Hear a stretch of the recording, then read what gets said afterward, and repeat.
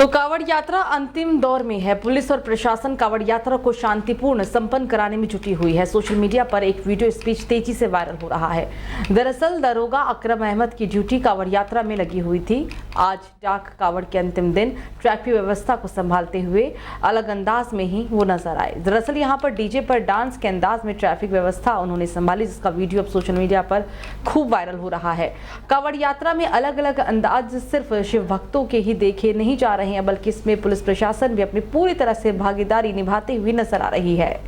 ये बात रुड़की करेंगे अब, जहां तेज गति से दौड़ रही दो बाइक में आग लग गई। डाक कांवड़ का आज अंतिम दिन है और महाशिवरात्रि का पर्व आज पूरे देश में ही मनाया जा रहा है। शिव भक्त लगातार जल लेकर भागम भाग कर रहे हैं। इस दौरान दो बाइकों में आग लगने की घटनाएं सामने आई है। रुड़की से गुरुकुल नारसन बॉर्डर तक अलग अलग घटनाएं हुई।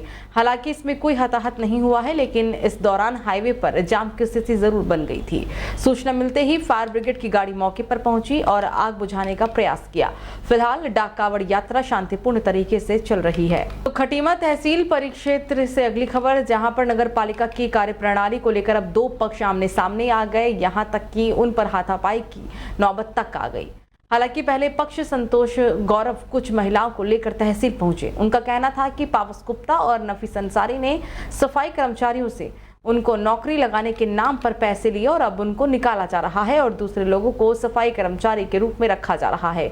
वहीं उनका कहना था कि उनका पैसा वापस किया जाए और दूसरे पक्ष का कहना है कि पावस गुप्ता और नफीस अंसारी का कहना है कि उनके द्वारा माननीय उच्च न्यायालय में नगर पालिका की कार्यप्रणाली के खिलाफ लगातार याचिका लगाई गई थी, जिस पर माननीय न्यायालय के द्वारा जिला अधिकारी को 1 महीने के अंदर ही जांच करने के आदेश भी दिए गए और उनके द्वारा नगर पालिका से सूचना अधिकार के तहत सूचना भी मांगी गई थी, जिस कारण ये प्रकरण प्रथम पक्ष के द्वारा उन पर दबाव बनाने के लिए किया जा रहा है।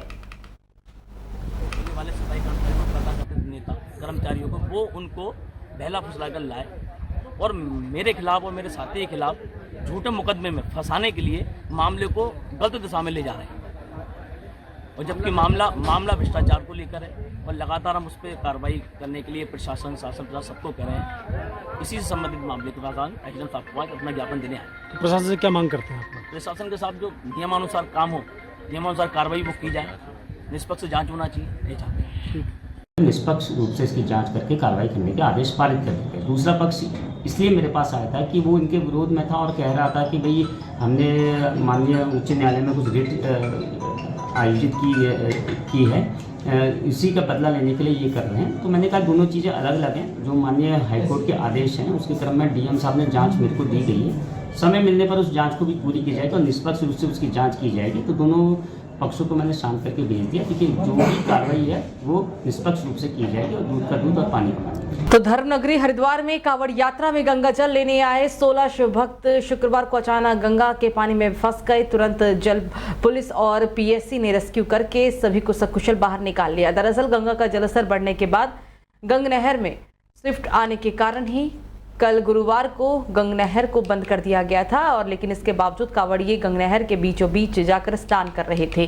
तभी अचानक गंग नहर में पानी छोड़े जाने के बाद सभी लोग गंगा में फंस गए, जिन्हें रेस्क्यू कर बाहर निकाल लिया गया है।